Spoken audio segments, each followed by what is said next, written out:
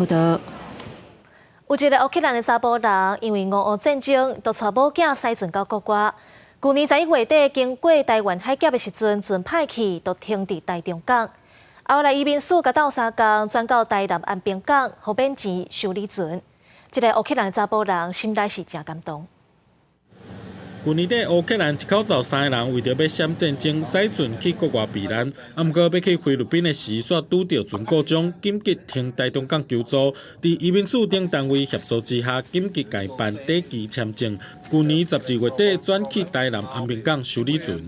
因为其实他们都到了韩国，但是因为船已经大漏水了，他们只能够向南，因为这个天气关系。第一个是漏水的问题，第二个是整个大轴螺旋桨都有问题，所以都超过大轴。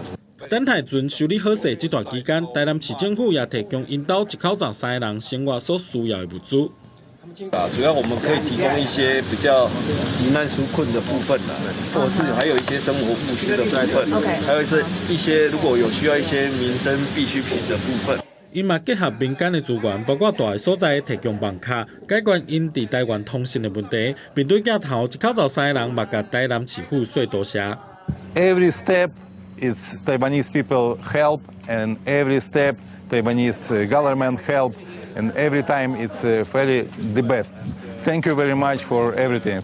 船漏水的所在已经修理好势，船大也搁咧修理，因为后续搁要用2个月时间驶过太平洋去加拿大，所以上重要的海水淡化器搁咧找零件来源。记者综合报道。